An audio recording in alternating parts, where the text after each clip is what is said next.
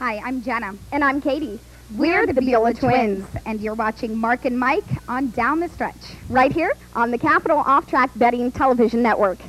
Racetrack, Sunshine Kid and Crown Point, and here comes Dave. Dave up to take the lead. True Cause second, Crown Point late. On the far outside, Musketeer, but it's Dave to win.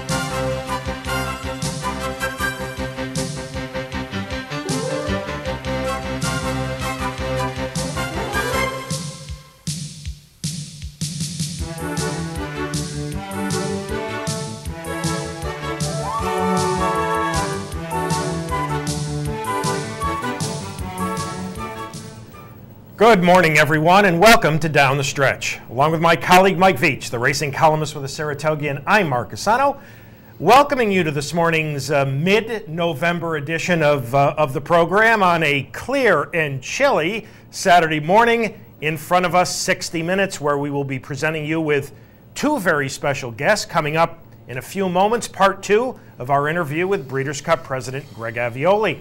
Then later on, a gentleman who wanted to run his horse in next Saturday's prestigious Cigar Mile, but he's not able to, and he's going to tell you why. Angel PENNA Jr., the conditioner of Chatain. Along the way, we'll look back at a weekend where several local connections had big success. You saw the Open, Dave winning the Red Smith. There were others as well. And we'll talk about a pair of Gomez's making news. So all of that and much, much more if you stay with us for this November 17th edition of Down the Stretch. Good morning, partner. I like the backdrop. I like that a lot. That's very good. I'm going to start this show with two questions. I've been easy on you for a while, you know. Man. Two questions. Yes. One of them's piece of cake, all right? Yeah. Question number one. Can the old boy evening attire get the job done again today?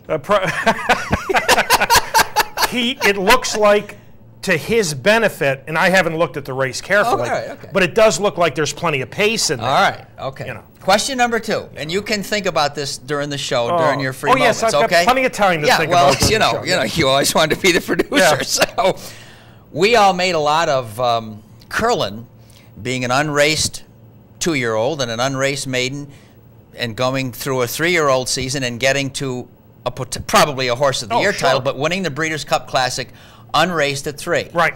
His campaign was 265 days. Here's the question for you to think about today. You'll get it. He gets way too tight about this. There's a horse out there in Breeders' Cup Classic history who was an unraced 2-year-old and an unraced maiden at the start of his 3-year-old year who was a champion in 196 days. Wow. So just think about it. Okay. All just putting it in perspective. Great. Okay. Terrific. All right. Next Saturday, next weekend at the Albany Teletheater, a big event, a fun event for you who like to handicap. Please take a look at this.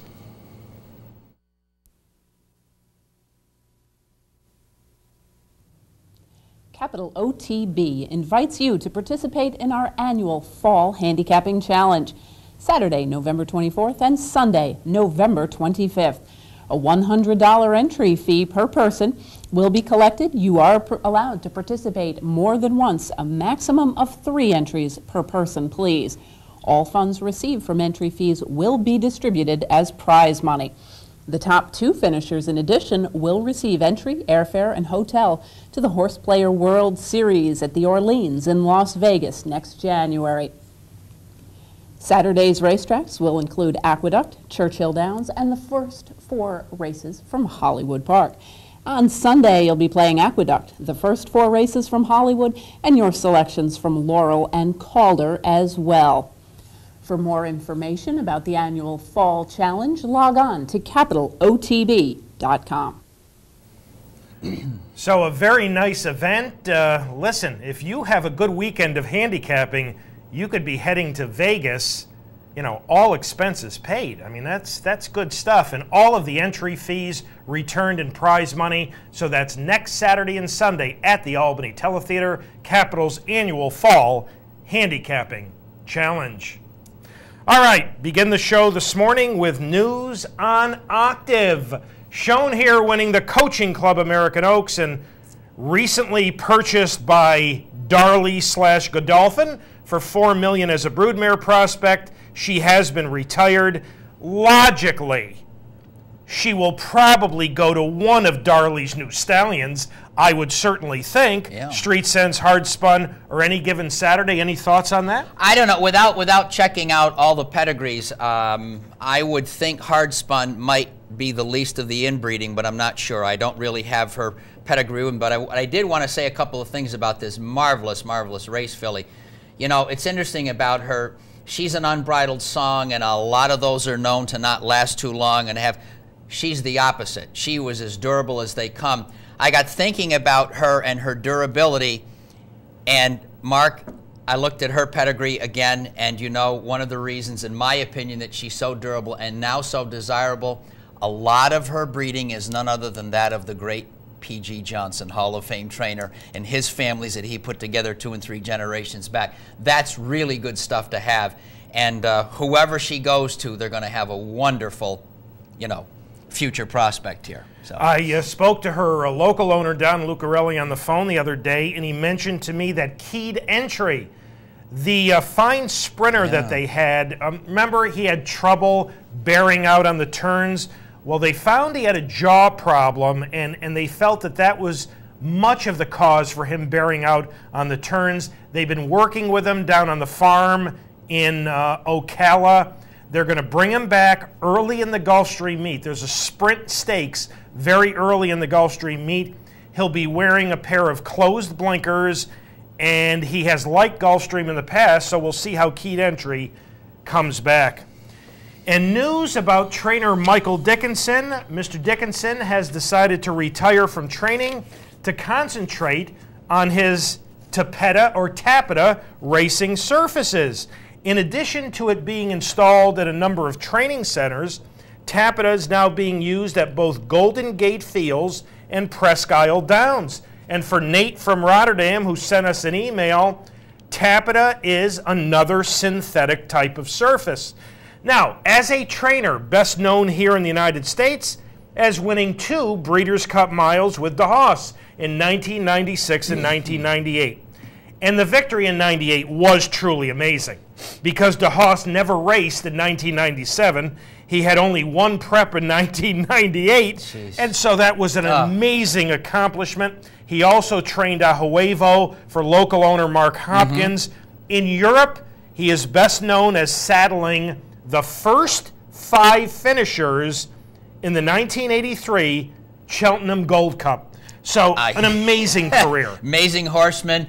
I happened to have the chance to see his place when I was in Maryland in the middle of October.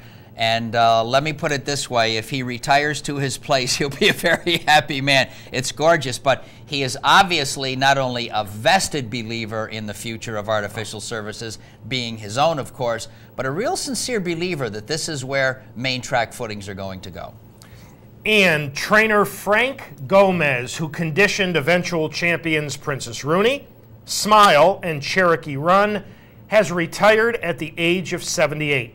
Now, Gomez trained each of those future champions early in their careers, but they outgrew South Florida and Calder racing. Frank did not like to travel, so Princess Rooney went to Neil Drysdale, Smile went to the late Scotty Schulhofer, and Cherokee Run went to Frank Alexander. But it was Gomez who really laid the foundation for each of those champions. Right, and when we had him on the show, he was very upfront about that in his particular arrangement. But what a reputation he has in the game as a developer of young horses. You knew if you went to him, you were getting your hands on something well prepared. Frank won more than 100 stakes at Calder Racecourse and is inducted into Calder's Hall of Fame.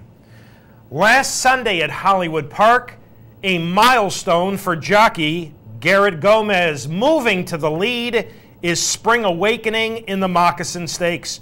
And she is about to go on to a handy score, giving Garrett his 71st stakes victory of the year, eclipsing the previous mark set by Jerry Bailey back in 2003 of 70 stakes wins.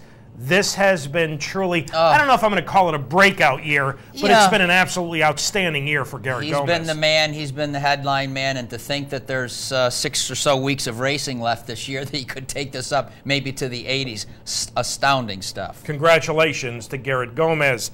And Dylan Thomas, shown here capturing the King George back in July at Ascot, has won the Cartier Award as Europe's Horse of the Year. He made 8 starts in Europe, 5 victories in 3 seconds. In addition to the King George, he won the Arc and the Irish Champion. And in the Cartier voting, he beat out Manduro, who beat him a length and a quarter in the Prince of Wales' stakes. Now, Dylan Thomas, as you know, absolutely hated the soft going here at Monmouth in the Breeders' Cup Turf.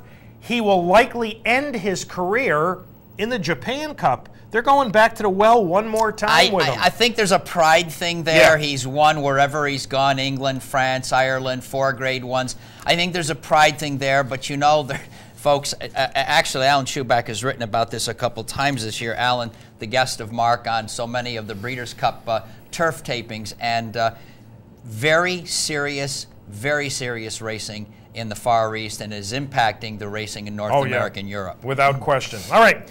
We've got a number of emails to read, and as I mentioned, Nate from Rotterdam had sent an email about watching Golden Gate Field simulcast, and Nate, that is Michael Dickens's Tapetus Surface that you see at Golden Gate. They also have it at Presque Isle Downs. From Frank in Clifton Park, Mark and Mike, I recently learned that a racehorse by the name of David Parsons is now a hunter jumper stabled here in Clifton Park. I would appreciate any information you could share with me about his racing career. Really enjoy the show and watch every week. Frank, this is so difficult because David Parsons was not a standout as far as during his racing career. I even went to a couple of younger colleagues than us who supposedly have better memories, Kyle Brownell and Gene Wood, and to all of us, it's vaguely familiar, but we don't have any specifics.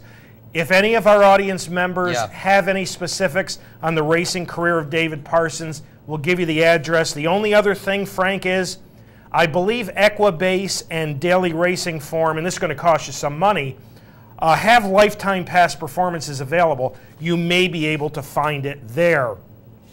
And from our old friend Matt Graves, sent us a note about the Steve Asmussen interview of last week. Mark, Mike, you guys should get an Eclipse Award for getting him for getting that much out of Mr. Cranky. I worked the Breeders' Cup and had to talk to him, and after one of the races I asked him, what did you think of his performance? And Mr. Asmussen replied, I think he ran 3rd. Thank you very much. Steve is not the easiest interview to do, but I thought last week, particularly when he brought up the Alan Jerkins, That's a great, that was wonderful. So Matt, thank you very, very much. Michael, you've got one from Saratoga. And from Alan, Mark and Mike, I have touted Curlin since I saw him win the Rebel in March. The one loss that still hurts remains the Belmont Stakes. Interesting observation coming here. I know it has been noted that Rags to Riches was a fresher runner, having 5 weeks to Curlin's 3 after he had 2 grueling Triple Crown races. And she got 5 pounds and is, after all, a great filly. But I maintain if you look at all of Curlin's races, he ran down his adversaries from the outside. Therefore, him being pinned on the rail in the Belmont cost him the race. Your thoughts? From Alan in Saratoga. P.S. Keeping my fingers crossed that he'll run one more year. The best is yet to come. Smart strike offspring have been known to get better as they get older. Imagine Curlin getting better. Well, Alan, I can imagine it. I hope he's here at 4. Well, Alan, I think most horses and riders prefer being to the outside, but he's not pinned to the fence here, and he got a perfect trip. He sat an inside-in behind trip. Rags to Riches stumbled badly at the start, was wide all the way, and she simply wasn't going to let him go by. On this day, the best 3-year-old won. On this day. Now, we know since the Belmont Stakes, other than the Haskell, of course, Curlin moved forward dramatically. But I saw no excuse as far as him being down inside. I don't think that made any difference. But generally speaking, most horses and riders would prefer being outside. I agree. It's a good observation for him to pick that up, and being a Curlin fan, he would. I have a touch disagreement with Mark. She was going to win the Belmont. I just saw a Curlin that was actually fighting back in, say, the last 10 or 15 strides of the race. But she was the best that day, and it was a terrific training job we can't overlook by Todd with that. Well, for everyone who sent us an email this week, thank you so very much. And if any of you out there would like to correspond with us here at Down the Stretch, or if you have some information on David Parsons as a racehorse, here's the way you can reach us. Down the Stretch, Mark and Mike, Capital District OTB, 510 Smith, Schenectady, 12305, or electronically at viewermail@capitalotb.com. Last week, Breeders' Cup President Greg Avoli joined us for part one of an interview. This week, Greg is going to discuss the new procedure that the Breeders' Cup has just started using, taking bids from racetracks on future sites. Well, what does that mean for the year 2009? Greg is also going to tell you about a brand new 12th Breeders' Cup event, which is going to start next year at Oak Tree at Santa Anita, and he will answer your email questions. So, ladies and gentlemen, part two of our interview with Breeders' Cup President Greg Avoli. Greg, welcome back to Down the Stretch. We appreciate you returning in such a short time. Well, I know we have some unfinished business from last week. Greg, let's start with the fact that this was the second year on ESPN for the Breeders' Cup. In your opinion, what kind of job did they do? Oh, I thought they did a fantastic job. Ratings were up 6%, which is, in today's sports marketplace, whenever your television ratings are up, you have to be pleased with it. The new anchor, and Joe Tessitore, who's actually a Saratoga guy. He, last year, was in the winner's circle. He's done a lot of work with ESPN on boxing, and I think he did a tremendous job. And overall, for those of your listeners who have any experience in television production, when you encounter the type of rain that we had for 72 hours, that can make your TV broadcast a real nightmare in terms of logistics. And I thought they did a great job of working through all that. I was very pleased with the telecast. Greg, let's talk about the win and you're in situation. Earlier in the year when we had you on, you talked about the reasons why you did this. How do you feel it went? I think it went well. We had 60% of the winners in the U.S., so of the 24 horses that won the races, 16 of them came in the Breeders' Cup. We had 4 winners of the Win and You're In races who won Breeders' Cup races. The media and the press seemed to carry the story from when we started it in August right into championship week. So I think, as it was primarily designed, as we've spoken about in the past, as a promotion to draw attention to the Breeders' Cup for the 10 weeks leading up to it.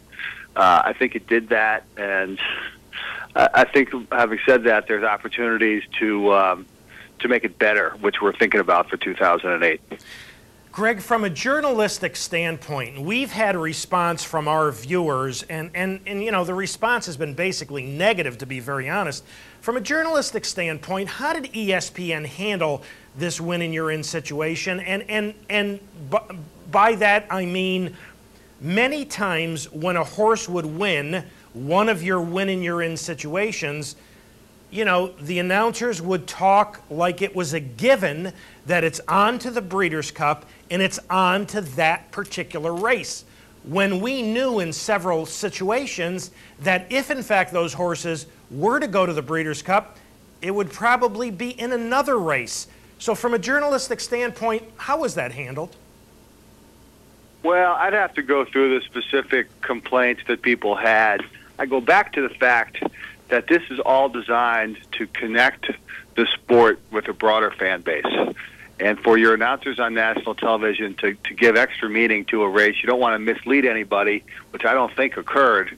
But I think the fact that the announcers would say, look, the winner of this race secures an automatic bid, which in fact was true, I think that served its purpose. To people who say, well, but that's, the horse would have gone anyway, or we're not sure if that horse is going to run in the sprint or the classic. I mean, I don't I don't really understand the complaint. To be honest with you, as a sport, we have so many challenges right now, and I think this was an opportunity to begin taking the sport to a different group of people who might say, "Gosh, I want to watch that next race." Now that I've seen this race and know this horse has an automatic entry, I mean, if people did that, if it had the effect of bringing more people to watch the bigger races, more wagering, I don't really know what the complaint is.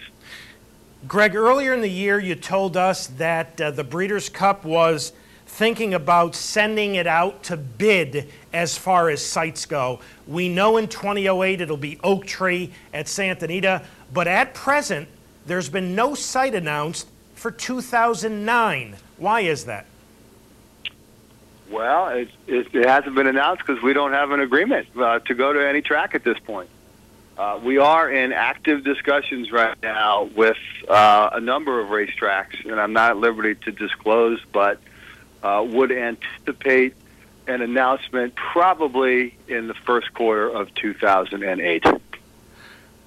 Our situation here in New York obviously is in turmoil with the end of the current New York Racing Association franchise on December 31st. Would New York be a viable site? Are you waiting to see what happens here in New York before announcing the possibility of Belmont Park once again? Well, the Breeders' Cup doesn't, we don't pick sites and say we're going to go there. We essentially get offers from tracks to say we'd like you to come here, and these are the terms under which we would bring it there. So until the New York Racing Association would actually make a bid for the Breeders' Cup, we wouldn't be in a position to say we're going back to New York. From conversations we have had with them that we fully understand, until they get the franchise situation worked out, they're not in a position to make that other bid.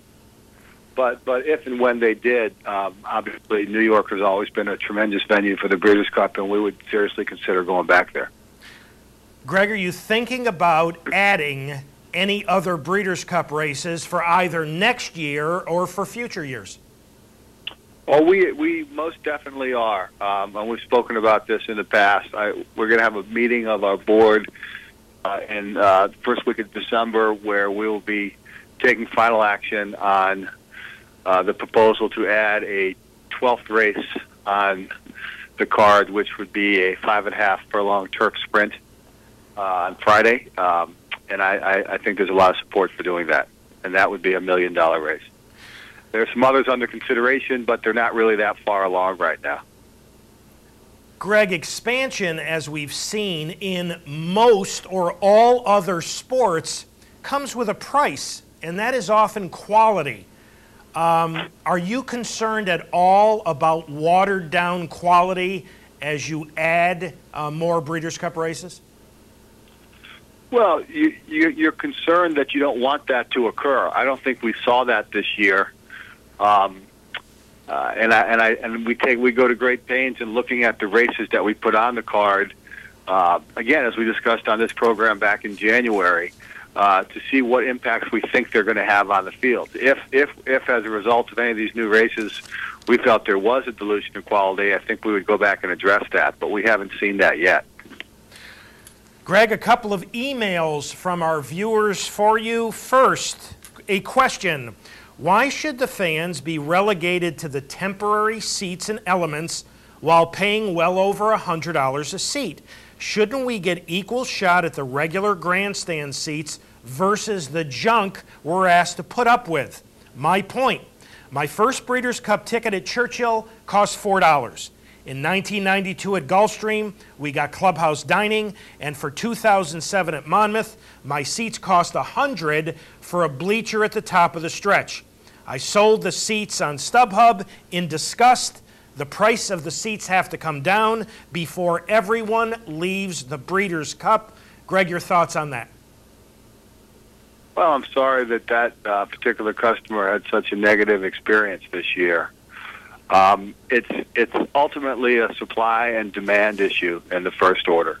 When you go to a smaller venue like we did this year, there are less good tickets to go around. There are less of the best tickets to go around.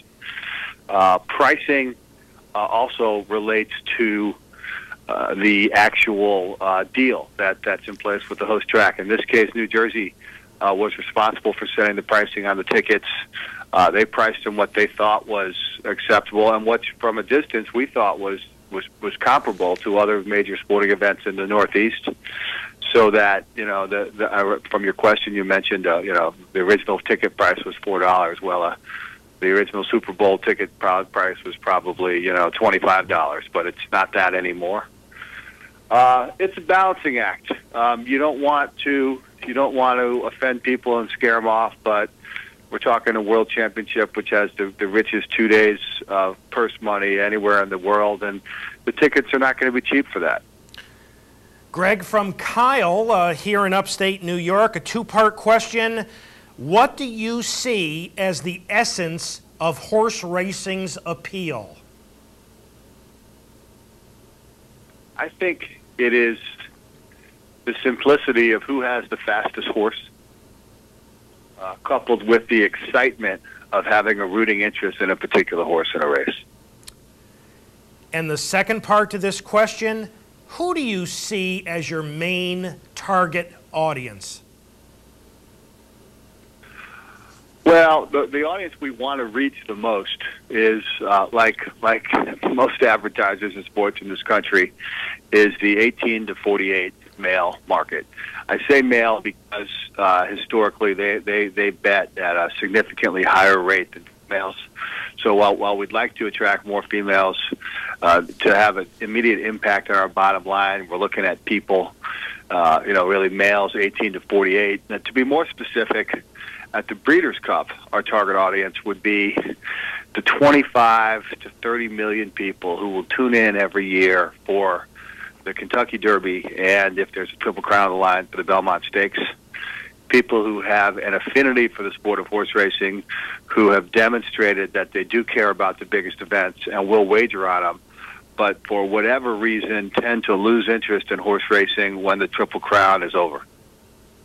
And finally, Greg, maybe somewhat ironically, from a woman, our final email. This is from Pat. Trevor Denman did do a much better job this year. I do have one question. Who selected the camera angles during the running of the races? Personally, I thought they were terrible. The switching back and forth was confusing, and it made it hard to keep track of horses. Your thoughts, Greg? Did anybody write in with the nice question today? Greg, I mentioned, and you know that's the case, that when you do take questions, for the most part, you're going to get them on the negative side. I'm just having some fun with you. But the producer of the program is a gentleman named Jack Graham, who has produced Super Bowls and the Rose Bowl Parade and is one of the top sports producers at ESPN. We had a number of angles this year we were unable to use because of the weather. We were going to have the same shot that you had at the Belmont Stakes with the two fixed cameras on the truck that would be leading the horses around the track. We were going to have blimp and fixed wing aircraft coverage, and Mother Nature got in the way of all of that. So I'm not sure what effect that might have had on the comments of the viewer, but the one thing that we do support is trying innovative and different angles. I mean, for so many years, for decades, racing was shot with essentially the same angle in the United States, where you'd kind of see the horses in the distance, and then they'd cover, and you'd be blocked by various things on the infield from seeing the whole race. And we're really trying to get more towards the look and feel of the Arc, for example, where you might have 20 different camera angles and you have a much better view of not only of the race, of the speed of the race. So we're going to keep trying new things, and obviously when you do that, some people aren't going to like it, but I hope most of the people do. Well, I know that you feel the same way as I do. You'd like as many emails as possible because, obviously, Greg, what this shows is people are very, very interested in the event. I've got one final question before I let you go, and that concerns the way ESPN handled the very first ever Friday Breeders' Cup race, and that was the filly and mare sprint.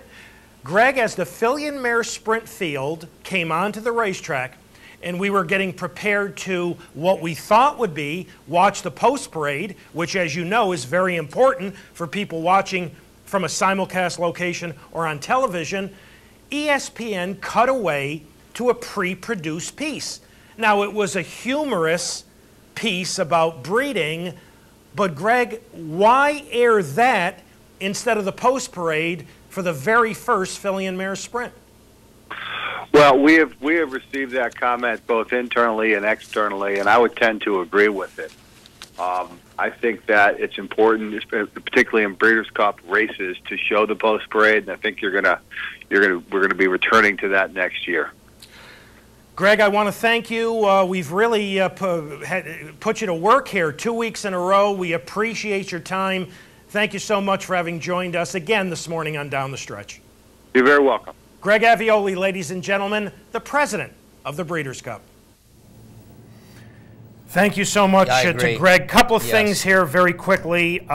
I was quite surprised that he said he was pleased with the ratings on ESPN. Well, I agree. This is one of the biggest problems Breeders' Cup has had for the last few years, and you would think it would be very concentrated with a sports network doing it, that it would be healthy, but let's hope that was just an aberration due to weather. I really don't know. I hope you're going to the other thing that I'm thinking you're going to bring up. And the newest Breeders' Cup race, the 12th Breeders' Cup race for $1 million purse, is a turf sprint. And folks, turf sprinting, certainly in my lifetime, has never been an important part of the American racing landscape, ever, at any time. Can you name me one horse that comes to mind as a sensational turf sprinter? Can you tell me anybody who's in a Hall of Fame as a turf sprinter? I have no idea where this interest in turf sprints is coming from. That's going to have to be a happy, pleasant surprise if it turns out to be a good race. But I thought you were going to pick up on the no contender yet, no invitee of 2009. That blows my mind. Well, I mean, since they put this out to bid, as I understand it, they're going to Oak Tree at Santa Anita next year. They were the only bidder. And you heard him say in 2009, there's nothing right now. So the Breeders' Cup asks for a lot financially and otherwise. That's always been the case. That's always been the case. Yeah. But it appears now that since they've put this out to bid, it's become a bit more difficult to find sites. There's a shift here that I don't understand. And again, I worked for Breeders' Cup for 1 year at Aqueduct, and some things changed that I admit I don't understand. But one of the ideas was not just for track profit, it was to expose the surrounding area to this big event in your neighborhood, and it was handled that way. And by the way, going back to the turf sprint for a moment, if it's the Europeans saying to the Breeders' Cup, guys, if you put on a turf sprint, we will send our sprinters because we can't get them to stretch out to a mile. Well, if that's the case, then it could develop into a very, very interesting race. But if the Europeans don't show up, you're putting up $1 million for a race that would likely attract many of the same horses for $250,000. And it wouldn't be a Breeders' Cup Championship event. So I just don't know where this incredible recent fascination with turf sprints I have an enticing suggestion for this. Yes. All right. This might even please you and your love of turf sprints, okay? You like the proper surface. I'm surprised here. It's got nothing to do with grass Here's my racing. enticing suggestion. There was a time in American racing history where they had all-age racing. The turf sprint maybe could be 2 and up. Just tossing it out. Well, they have it in Europe. They race 2-year-olds against their elders in Europe. Okay, thank you again to Greg, and we are up to our first break on this morning's mid-November edition of Down the Stretch. Thank you so much for having joined us. When Michael and I return, we are going to take a look at a brief stakes recap featuring a lot of local success. As we go to this break, the Mrs. Revere last Saturday at Churchill, the final day of race riding for Mark Guidry. He won the previous race aboard Eaton's Gift. He would be riding number 6, Bel Air Beauty, who was 5-1. The favorite in here, number 3, Bit of Whimsy, actually dropping in class off a Grade 1 victory in the QE2 at Keeneland. She was 8-5.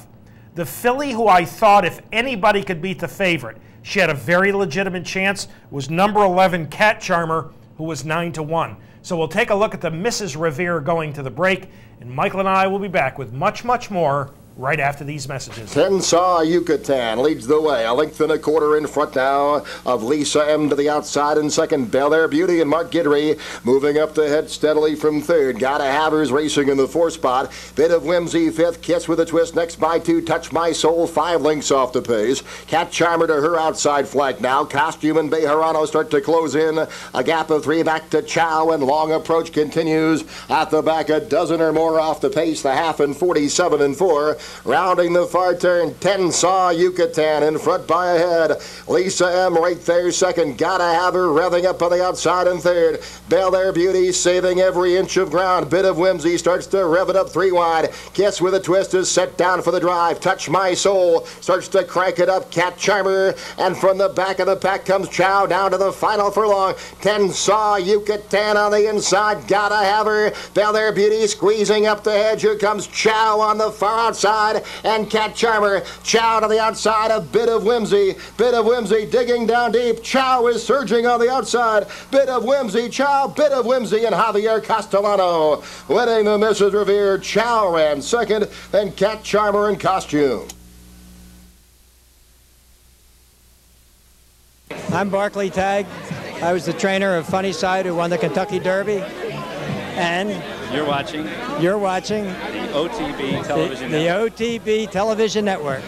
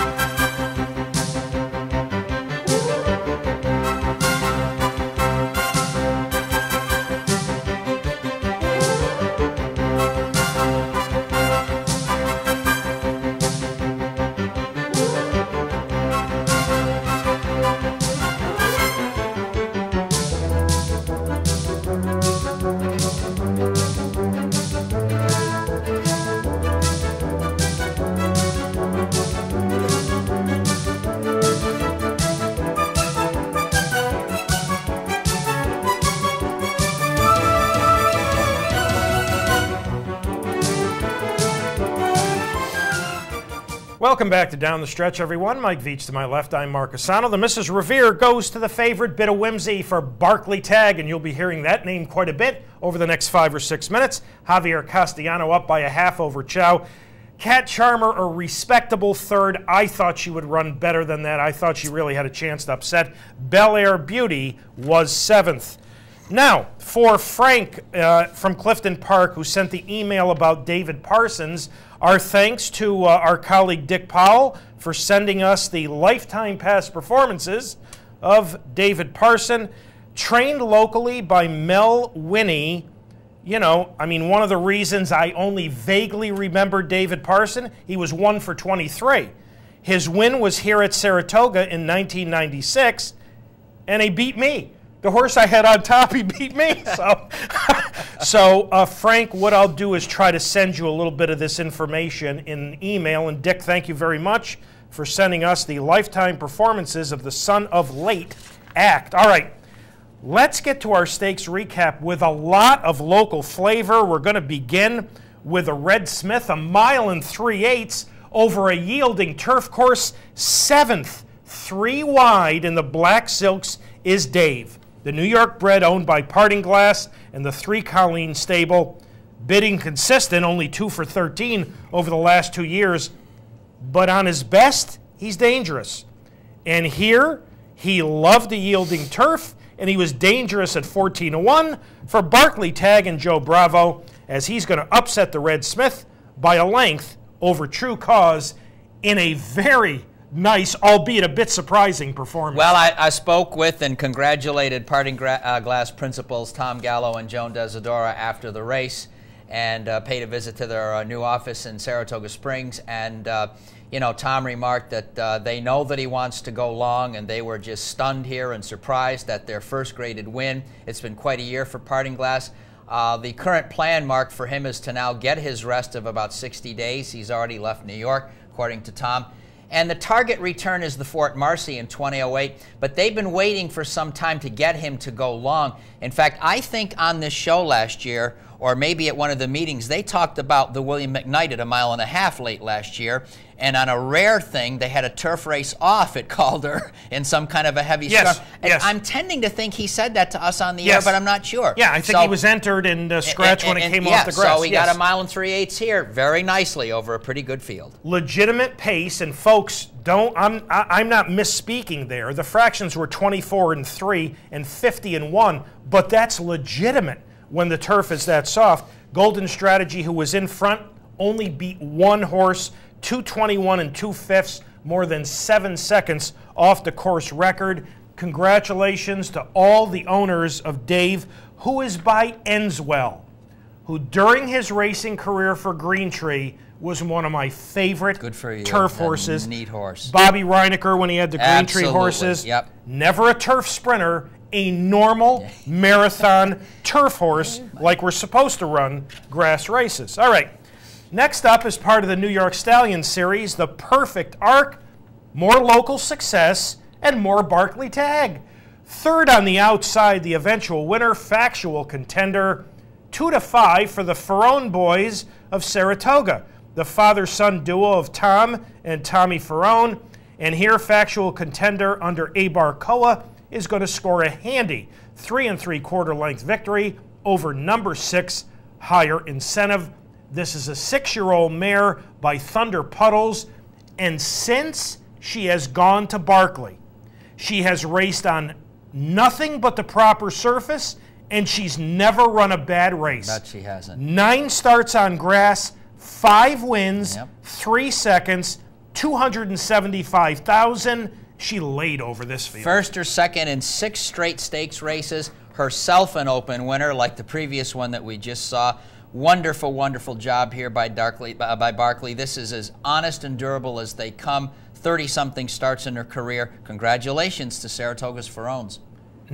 Barkley's on a little bit of a roll here. Gosh, the Mrs. Revere, the Red Smith, the Perfect Arc, the man can train. Oh. Next up is the Cormorant, more local flavor, no Barkley, but Shaker High graduate John Morrison is going to train the winner, who right now is sitting third on the fence. This is a beautiful inside in behind turf trip for number 4 Red Zipper. Owned by Jeffrey Tucker, he's going to win off by 3 lengths as the 9-5 choice over number 10 Papada. Somewhat surprisingly, this is the first victory since May for the 4-year-old son of City Zip, but he's honest. He's got good natural speed, and in here, he sat a beautiful trip and was handily the best. This is a pretty classy New York, but I think he's repeating in this race, and you might remember him doing so well in the Grade 1 Manhattan when he was really sharp, and John took a chance, but that's okay. This is a very, very good turf horse, and again, this brings to mind the quality of the turf horses, Mark, in the New York program currently. But, you know, tremendous local success. Oh, absolutely. You know, we had Dave for local owners. We had Factual Contender for local owners. Now, and Jeffrey Tucker's the owner of this one. Absolutely. And Jeffrey is, and John Morrison. So, congratulations to all of the local connections who enjoyed success last weekend. Final race we want to show you during this segment is the 5th Avenue. Now, nothing local about this. We're going to key on trainer Linda Rice. By the way, what are the advanced odds that Linda Rice has a runner in the first ever Breeders' Cup Turf Sprint? Linda Rice saddled a trio of horses in here. Number 9, Noble Fire, was 3-5. Number 8, Canadian Ballet, was 8-1. And number 1, Sweet Bama Breeze, was 15-1. As we pick up the running, they're sitting 2-3-4. And they're going to run 1-2-3. As Canadian Ballet will beat Sweet Bama Breeze by a half, who in turn will outfinish the favorite by a half, producing an all Linda Rice sweep of the Fifth Avenue division of the New York Stallion Stakes. That's pretty good stuff. If we were in another field of endeavor, the antitrust lawyers would be taking a look at what she's doing here. No doubt about it. She's good with these sprinters, and as Mark said, she might be in the Breeders' Cup Sprint Turf next year. This is mighty fine training. I don't remember looking it up between last Saturday and this, but I think those three collectively had made 9 starts every time somebody brought back a check. Now they brought back all 3 for the stakes race. The Linda Rice trained winner paid $18.80. The Linda Rice trained exacta was $148, and the Linda Rice trained trifecta was $379, and it wasn't even a turf sprint. Congratulations to Linda Rice. Absolutely, Linda. And nice we are job. up to our final break on this morning's November 17th edition of Down the Stretch. Thank you so much for having joined us. When Michael and I return, we will welcome in our final guest of the morning, Mr. Angel Penna Jr. We have been trying to get Angel on this show to talk about this horse that I like so much, Châtain, for a while now, and we just haven't been able to work it out in the schedule. Châtain used the William Livingston Stakes a few Saturday evenings ago to get to the Cigar Mile. But unfortunately, he's not going to make next week's Cigar Mile, and we're going to find out why from Angel after the break.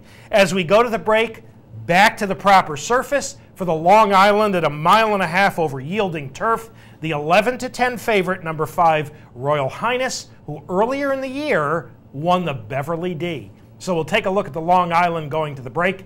Michael and I will be back with Angel Penna right after these messages. Backstretch run. Miracle Moment continues to grind it out on the lead here. The lead remains 2 lengths. Miracle Moment's been maneuvered to the footing that is well off the rail here. On the outside, My Rachel runs along in second out there in the crown of the track. Then there's a break of another 5. Then on the inside is Royal Highness. Royal Highness is down on the fence with a half mile to go. Outside her, Mary Luhana, followed by Green Girl, then Baroncella, 7 lengths from the front into the far turn. That's enough for Miracle Moment, and the leader is now My Rachel. My Rachel opens up by 4. A gasping Miracle Moment is second. Royal Highness, All Out Drive, still 5.5 lengths behind.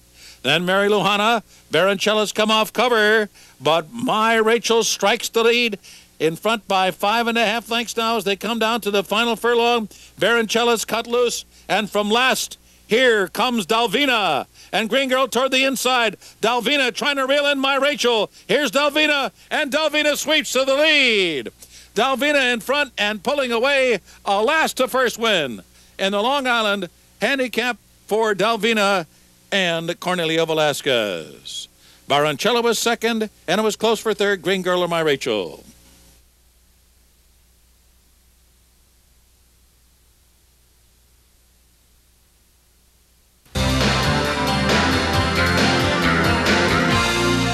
This is the OTB Television Network.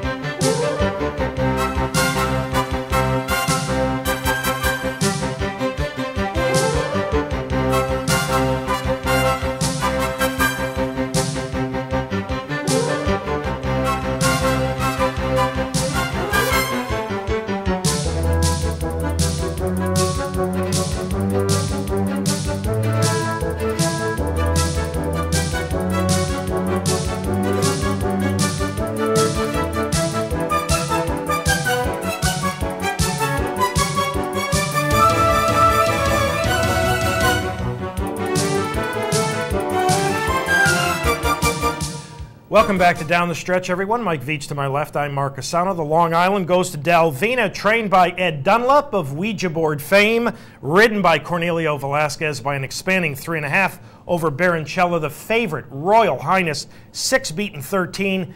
You saw Edgar Prado on My Rachel try to break the race wide open, going to the far turn the final time. That is very tough to do on an extremely soft turf course. All right, to introduce our final guest this morning, here's Michael. And Mark and our audience, it's really nice to have with us our final guest this morning, trainer Angel Penna, who really has had his hands full with our subject today, the 4-year-old colt Châtain. He's had to do an awful lot of things with him, and we were going to speak with him about Châtain this morning. We've got the opportunity to do so. So, Angel, if you're there this morning, welcome to Down the Stretch this morning with Mark and Mike. Hello, Mike. Hi, Mark. Good morning, Angel. Glad to be here. Well, we're glad to have you, Angel. And let's talk. I have a few questions for Châtain here. Yep. And let's open with the fact that you're not going to run next Saturday in the Cigar Mile. So please tell our audience your decision there. Well, this is a different case that happened in the Forego and then the Metropolitan Mile. This is a good, bad deal, a good thing and a bad thing at the same time. To make it short, we have to vaccinate these horses in order to get in the new racetrack that we're going. No more than 90 days, no less than 14, and I've been dragging that vaccination because it's always about the races coming, and we couldn't run because it was sloppy. The other one didn't go. Finally, I get to run them in Meadowlands. So I have to, at one point, I got to vaccinate this horse. So I did, and the vaccination once in a while come up with a little bit of a reaction, which is a 101 temperature for a day, and that's about it. But this time, now it wasn't a 101, and it wasn't the next day. 2 days later, he came up with 103. Oh. So now, that's the bad part. I missed the race, which I'm disappointed. But the good part is that means that the horse had a bug going on, and because of the vaccination, we discovered, and finally he's treated, and he's going to be fine. If I would have run him without knowing that, probably he would have run terrible, and the next day he'll have pneumonia. So sometimes one thing comes for the other one. So this is not, even though it's disappointing, it's not as frustrating like it was the Forego in Saratoga and the Mid-Mile early in the year. Well, actually, that's my next question, Angel. We saw him at Saratoga, and, you know, for my audience, one of the things I always look forward to doing at Saratoga for my work for the Saratogian is getting to see as many trainers as I can for stakes races. Angel was actually on my schedule for the final weekend, but he had to miss the Forego. Angel, refresh our audience after that good victory here why he missed the Forego. Well, he must have stepped on a stone or something, but he got a bruised foot. That's why those things are disappointing, you see, because that's an accident. Yeah. I mean, how many times you go out there and nothing happened, and it had to happen like a week before the stake. I mean, that is what is so frustrating. But that was it. I mean, we treated it. The thing came out, and now it's fine. I mean, that just happens to be one of those things that in this game you can't predict. You're sure right there. Angel, you have dealt with quarter cracks and other assorted problems over his career. Setting aside the high temperature, setting aside the stepping on the stone, currently, physically, how is Châtain right now? No, believe it or not, and this is the funny part. Some people may think that it's not really necessarily true what I'm telling you, but this is one of the soundest horses I ever had. It's just that he's prone for accidents. How about that? Silly things happening at the wrong time, at the wrong moment, and you see when he's right. I mean, he's a wonderful horse. It's just that it's just prone for little mishaps here and there, but sound-wise, he's perfectly fine. Well, when he's right, he was in front of Vasseur in the Don Handicap, so we know how right that can be. Angel, you've taken me to my next question perfectly. This is a horse of obvious high talent, but you've been on this start-stop routine for a couple of years now. So I have to ask you from the horse's viewpoint, does this frustrate him? No. Good. No, that's the good thing. I mean, not him, because, again, he never had any real bad thing happen to him. He never had a tendon, never had a fracture, or he never run on pain, because I would not let that happen. So in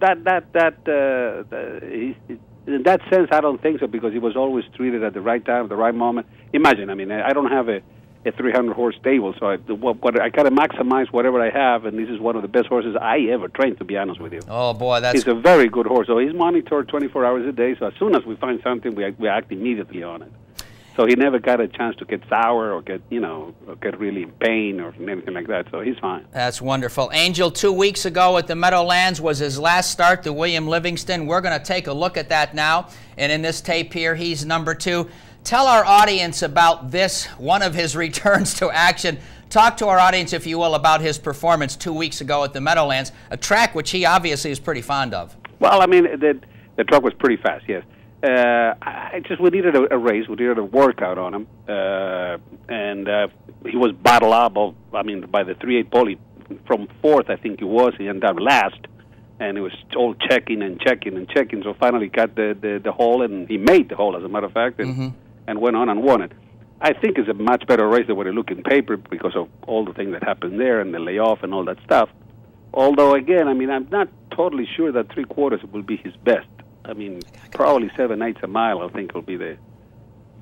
But he's showing that the speed is there, and he keeps coming up, and he has a classy horse. He overcomes whatever traffic problem he had that day. Angel, I have one final question before I send you to my partner, Mark, and that is another track he likes is Gulfstream Park. Are you planning some racing at the coming Gulfstream Park meeting for him? Plans? I got a ton of plans, Mike. It's just a matter of finally I can make it back-to-back with him in one day. But, yeah, definitely. He's again, like I told you before, it's a sound horse, basically. It is. And so it's just a matter of overcoming the little things that come up and keep going, and hopefully before the race nothing happened, we get to run him 2 or 3 times in a row. Well, definitely. He likes Gulfstream, and the only track that he really disliked was the Keeneland. Okay, yeah. But the other ones, he ran first time everywhere he ran, and he ran pretty good. Well, Angel, for my part, great to speak with you this morning. Here's Mark. Good morning, Angel. Okay. Hello, Mark. How are you? Angel, we're taking a look at the William Livingston as they go into the far turn, and Cornelio's kind of bottled up on the fence here. But this turned out to be what I referred to our audience as a very well-measured head victory. What did Cornelio have to say to you after the race? No, nothing. Cornelio loves his horse, and he'll ride him everywhere he goes. And Cornelio didn't have to say much. I threatened him not to do anything that was not supposed to be done. Just to make sure that this is a workout. I don't want to leave my guts here in this race right now. And sure enough, I think he did it a little bit. He kind of too close, maybe, but he did it. Yeah, that's what he did. Yeah. Angel, earlier you said to the audience the only poor race he's run was over the poly track at Keeneland. Now, we know next year the Breeders' Cup in 2008 will be run over the synthetic surface at Santa Anita.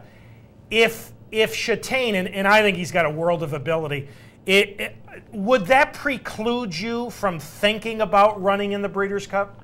Well, not necessarily, because I understand that Santa Anita is not necessarily the poly track that is in Keeneland. Right. Right now we have like 3 different synthetic tracks, and not all 3 are the same. In the case of the Keeneland track, he fooled me, 100%, because the horse was training on it unbelievable. But, after the fact, once he ran, which you have to put the real effort, that is what Cornelio told me. At the half mile, at the 5/8, I have no more horse. Yeah. I'm swimming on that track. It's just throwing the legs everywhere but where you're supposed to go. So I would definitely will be a goal. I would probably take him there before, maybe even give him a race on the track in order to make sure that he can handle it and take it from there. Good. Angel, we know that Chastain races in the famous Lazy F colors of the late Martha Gary. Angel, will the Lazy F horses continue to race? Well, for the moment, there will be. The daughter, Cornelia, she's taking care of everything, which, as a matter of fact, she already owned a piece of Chastain, and she bought a couple of 2-year-olds with Mrs. Gary the last 3 years. So she's been involved already before Mrs. Gary died, and she's going to continue. She loves it, and the husband loves it, and they love Saratoga, and they love all this, going around the country, racing horses. So yes, it seems like they're going to go. Maybe not at the expanded like Mrs. Gary had it, but yes, they're going to continue. Thank God that. Bringing those silks to the track, yeah. That's wonderful news. And finally, Angel, before we let you go, you did such a terrific job with Remarkable News, who, if my memory is accurate, debuted at Saratoga. What a wonderful turf horse. Angel, what is his status? Has he officially been retired? No, it's not officially retired. The owner is absolutely romantic about breeding. And the main goal of this lady is just to place the horse. Not necessarily, the money is not that much of an object. The problem is place him in a place that he will be not guaranteed, but help with mares. That's what she wants. She wants to give this horse a real shot to become a sire. We can't find that place yet. I mean, with the dealings and willings that we have, the ones that could be done, they are not satisfactory to the owner. So the horse, meantime, is in light training. He's not. I didn't send it to the farm because eventually, if she doesn't find the right deal that she likes, I mean, the horse will continue racing. And he's a perfectly sound. Came out of the race really good. Unfortunately, this is another frustration. Châtain is one kind of frustration. This is another kind of frustration. I mean, the 3 great ones that I run with him, he has 3 strong, legit excuses. And it's a shame that I cannot prove this horse the way. He's a very good horse and has bad luck in all 3 races. And the other day there, even though Dominguez did an unbelievable job from the 14th hole to be third, without, I mean, the way he did it was fantastic. The time he put him to run, he said they almost fell down. I mean, he just couldn't handle that going. It was terribly going that day. So another wasted race. But again, this is a much better horse. That he should have won a Grade 1 at least. That race in Canada, he probably both times that he ran, he had a good shot to win it. And unfortunately, we misjudged the pace, and it was too early. I mean, we got in the heat too early, and you can't do it like that. Well, Angel, as always, we appreciate your time. Thank you so much for having joined us this morning on Down the Stretch. Not at all. And all the best. We're really looking forward to seeing Châtain and hopefully remarkable news as well. Thank you, Angel. Not at all, Mark. Thank you, Michael, too. Okay, take care, Angel. Bye-bye. Angel Penna, ladies and gentlemen. This Châtain is a runner. If he can ever keep them together. Beautifully moving specimen. Yes, he is. I agree. Oh, yeah. Final reminder, next weekend, Albany Teletheater, Capitals Fall Handicapping Challenge, $100 entry fee, but all the entry fees go back into prize money, and the top 2 finishers get, I'm almost certain, airfare, hotel, and entry to the Horse Players World Series in Vegas the end of January. So instead of being here shoveling snow and freezing the end of January, you're in Vegas. So for 100, take a shot next weekend. More information, capitalotb.com, or call the marketing department.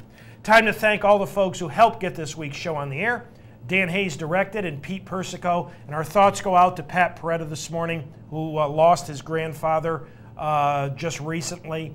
And thanks to our associate producer, Julie Hoxie, as well as this morning's guests, Greg Avioli, who's been a regular here the past couple of weeks, and Angel Penna.